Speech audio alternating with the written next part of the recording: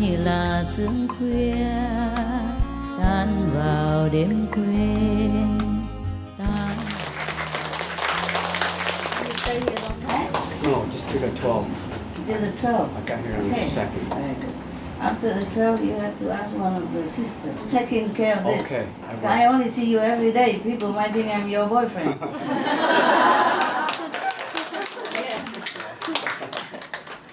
Okay. Because not everybody stays long, you know. And he's stayed quite long. You keep helping.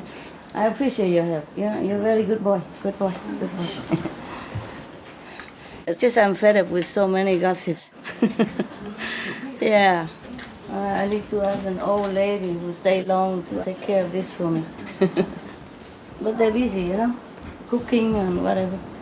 I am not his boyfriend, okay? Just to make sure you know. Okay, you can bring this up. Yeah? Table, please.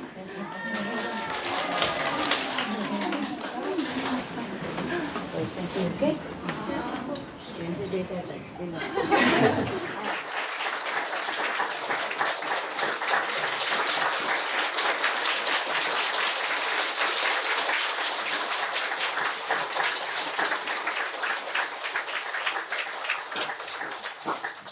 You all managed to get wet or not? A little bit, huh? But due to your grace, You were what? to your house. Yeah, you went to my house and the gallery and I asked my assistant if not enough space, then just span some canvas. And you sit inside, you know, in the middle, so you won't get wet. And I said, maybe 10 people can go to my hut. So I room all the blankets and everything, and you can sit there if you want, you know. But she say, okay, we managed. So you didn't come, huh? Or you didn't like my hut?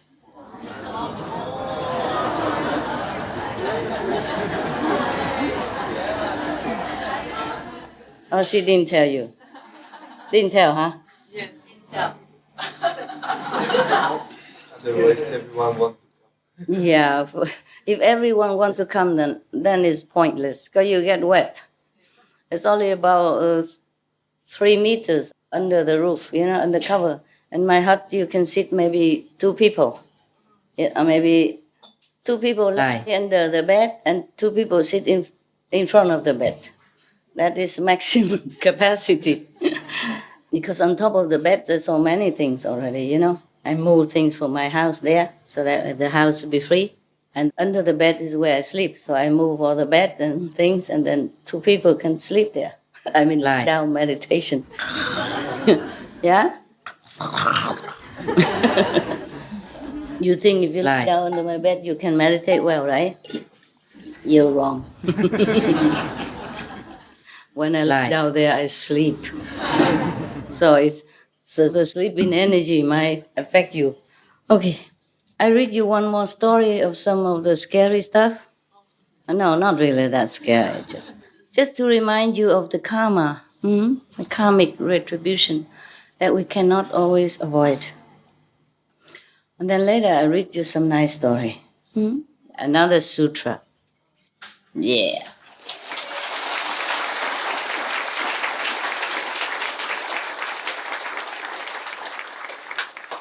In many of other religious texts, there's not too much mention. Maybe I don't read that many, you know. I read in the Bibles or in the... Mentioned very lightly, you know. Yes. Like Jesus said, whoever refuses you, then, you know, take a handful of sand and throw it away. You know, meaning that house doesn't have merit. Yeah. You know, wherever you step in, you just take the sand of it and just throw it out, throw away. Or whoever the house that refuses his disciples. Similar thing like that.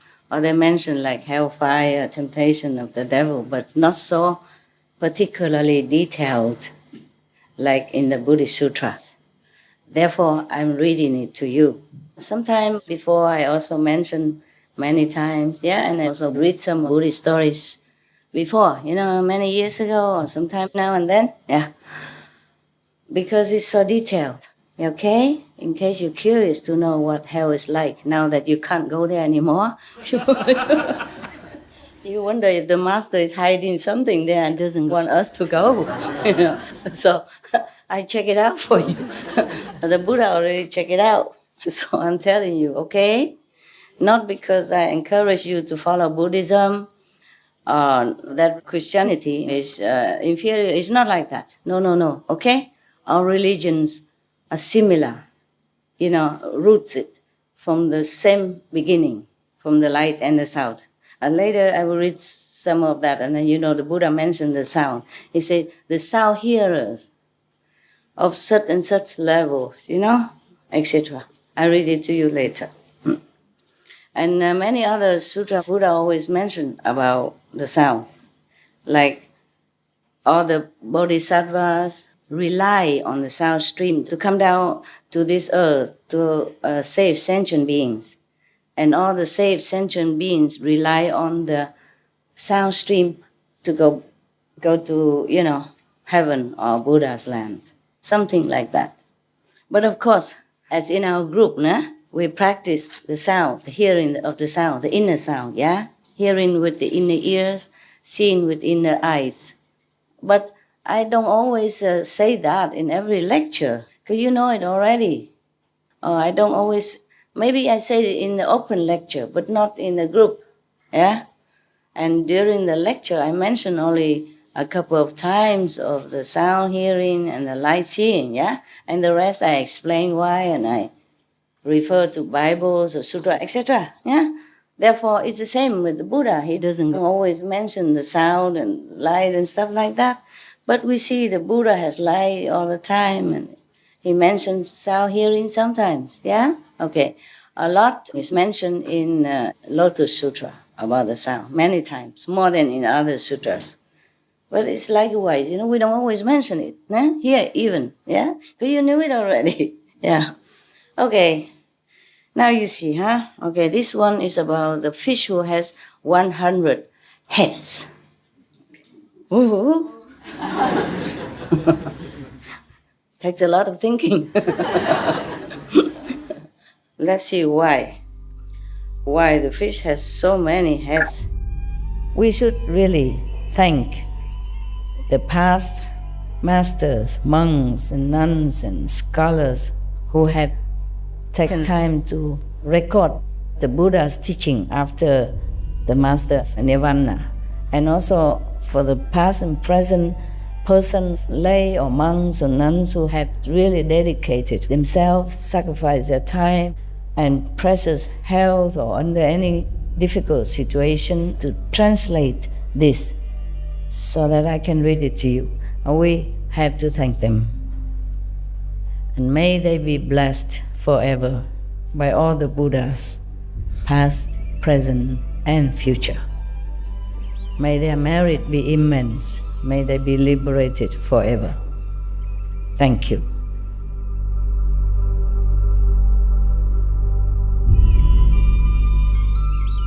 According to Buddhism and the believers and the tradition, when you read a sutra and all that, you have to put on incense, flowers, and bow to the sutra first and thank all the Buddhas and Bodhisattvas in 10 directions, all respectfully, before you read it, okay? And then you cover the sutra also with silk or beautiful cloth, and I just make it more popular, yeah, more easy, simple. And I apologize to all the Buddha. I say if I done something wrong, according to the tradition, my heart is full of respect. It's just that I cannot always do that. So please, all the sin, whatever I've done wrong, is all on me. At least other people, they hear the names of the Buddha, according to the sutta, they will get benefit. Yes. First I have heard, so you know it's from Anand again. Yeah. Oh, is the live stream on already? Okay, we don't have to wait? Wow, high tech. Wonderful. One time the Buddha was in the country called Makete, in the bamboo grove. One day the Buddha, they say the word honored one. Same, huh? the Buddha were on one, and all the bhikkhus going from there to the next country, Tisali. And they were resting at the bank of a river called Leviat. On the bank of that river, alongside, there were 500. So why always 500? Huh? I wonder. It is probably kind of symbolic, you know? Yes.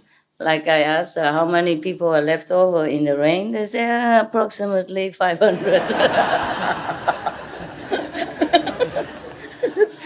I say, 500 won't fit in my hut and in front of the hut. In front of the hut there is a protective roof. Also, you saw it, transparent, so that I can see the rain and the sun. And the hut inside is just a normal hut, a wood hut. I open all the office and everything. The living room downstairs, upstairs, the nuns are staying. Well, should I continue with the nuns or continue with the story first? Yeah, by the way, I'm telling you, why I ask you to respect them, because they're not ordinary nuns, okay? By the way, I'm telling you this. Yeah, they are nuns already, many tens of years, many decades. But even then, they follow me. Not only these, there are many Korean nuns do that, monks and nuns too. Some are very elderly already, maybe 60, 70 already, many decades been monks. And they still follow me and believe in my teaching. That is special. Because many monks and nuns, they believe they already got everything from the Buddha Sutras. Yeah? They don't need me. They don't need any other method. The Buddha is just talking about enlightenment. I'm bringing enlightenment. Understand? That's a big difference. But I'm teaching the same as the Buddha, as Jesus or, other masters. I'm not teaching anything contradictory to that. Yeah. That's why they're more special, understand? Yes. And remember, I had a retreat in Korea Center before? Yes. And some of you put money together for the buses and for the food and all that to eat together, yeah? Mm. And then some was left over, and I also put some out. So together, I gave about 120 or something US dollars, 120 something thousand US dollars to build a little refuge, ashram for them. So some of the Korean monks, they had nowhere else to go, then they stay there. But they don't just stay there and receive offering, I did not tell them that, but they went out in the vicinity and working on the plantations, grapes or whatever, gardens, yeah? And then earn their own living. So they are very special and worthy of your respect. Understand now? Not just because I say, okay, you can practice and you don't have to be monks and nuns. It's not the same, huh? Yeah, they have self-denial. Yeah, self-discipline. A little bit more than you, okay? And they don't go out and buy a lot of clothes. They just wear 3, 4, 5 pairs of similar clothes every day. Understand? They live simple. They always sleep on the floor. I knew that. Therefore, I made the floor warm.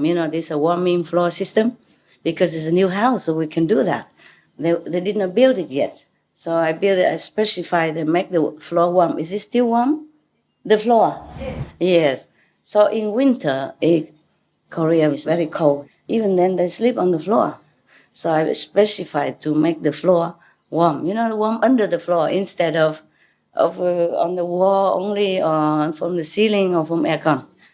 Daytime they work anyway, yeah. But nighttime, at least when they sit in meditation or lie down to stretch a little while, they don't feel pain, because it can be very painful. Winter, if the cold comes from the floor, you can't avoid it, and it gives them pain, yeah. Asceticism is good, but pain is not. We don't spoil the body, but we try to take care as good as we can so that it lasts long and is comfortable to continue our practice, yeah? Because if you have too much pain, you cannot concentrate very well, at least in the beginning, Once you enter somebody, then you don't feel much. Yeah, that should be the good practitioners. But then not everyone reaches that level so quick. First comfortable and then go up. Okay? Yeah. So I want you to have respect for them. Don't push, don't take their place, and don't try to, kind of Yeah, because you want to see master and don't care who's who, get out of my way. My dogs are like that. I'm sorry, When they see me coming, they forget each other. They're just squeezing, elbowing each other to come to the front, And sometimes wagging tails at each other. The tail coming together. It's so cute. Every day, if I have something special for my lunch, I always share with them. A little bit, not much, because it's for mine. They cook for me only. I don't cook more than that, kitchen, because I don't have room to put all the trays. Okay? Maximum 2 trays, only for whatever you want to cook. And 1 time a day, okay? Yeah, that's enough. Don't think because I invite other people and then cook more. It's not like that. Because you have already food here, only something special. Then I offer to them also because they're monks. Maybe they don't have much money to buy the things that you make for me. And not only that, but the Vietnamese things, they won't have it there. You see, they work all day. They don't have time to make spring roll and all that for themselves, even though they know how. Okay? So if it's something special like that, I offer to them. But if it's normal, and the rest is just normal food, like you eat, then I don't offer, because they have it here in the common kitchen. Người như miền Thái Dương soi dấu huy hoàng, ta như loài phong